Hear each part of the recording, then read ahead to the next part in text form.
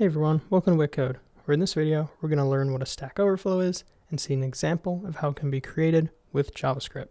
So before we learn what a Stack Overflow is, we need to know what a stack and a call stack are. So a stack is a data structure that follows the last in, first out principle. This means that elements are added and removed from the top of the stack only. So here is an example of a stack. If we push an element, we can see right here it's on the top. Say we push another element with the value 2, it's on top. Push another element with the value 3, it's on top. Then we perform a pop, which is remove an element. It removes the top one, which is 3. Then we perform another pop, remove it again. Now we've only got 1 before removing the top element again, which is just 1, and now it's empty. And what this means is that if we wanted to remove the bottom element from a stack, every element on top of it would have to be removed first. So if we wanted to remove 1 right here, where we've also got 2 elements on top, we'd have to remove this element, then this one, before we could remove the first. And now what is a call stack? So a call stack is a stack that keeps track of functions that have been called in a program. The JavaScript interpreter uses the call stack to keep track of the program it's executing in the web browser. Specifically, when a script calls a function, that function is added to the top of the call stack. When the function is finished, it's removed from the top of the call stack.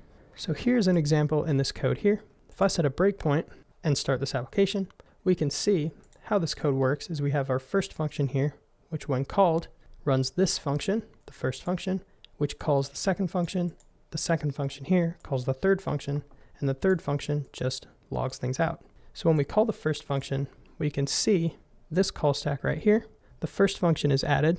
Next, the first function calls the second function, so the second function is added on top.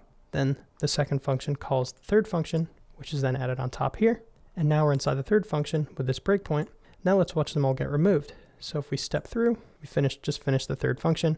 We're now back in the second one. We can see the second function is now on top. Now let's step through the second one. We're in the first function.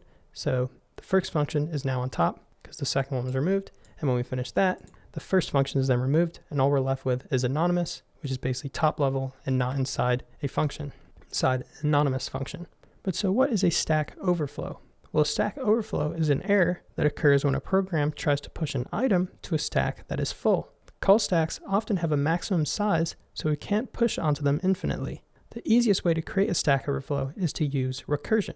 And recursion is simply just a function that calls itself. And we can do this inside our console. So let's use our web browser. And what we'll do is just paste in this code. It's a recursive function that just calls itself over and over again. So let's create this. And now if we call this code, so recursive function, we're getting everything printed out until around 7864 calls, we get maximum call stack size exceeded. So essentially, this means that the maximum call stack size was exceeded. And this is because the recursive function was continuously added to the call stack for each invocation. Note though that, let me clear this out, note that recursive functions don't automatically lead to a Stack Overflow, as they should always have a terminating condition to prevent this from happening. So for example, if we just change this code here to say this, when I equals to 1,000, we just return. Now if we call the recursive function, we don't get an overflow. But this was my video on a Stack Overflow. I want to thank you for liking and subscribing. If you want to support me, please consider downloading my Chrome extension called WittScepter, link in the description. But besides that, thank you and have a good one.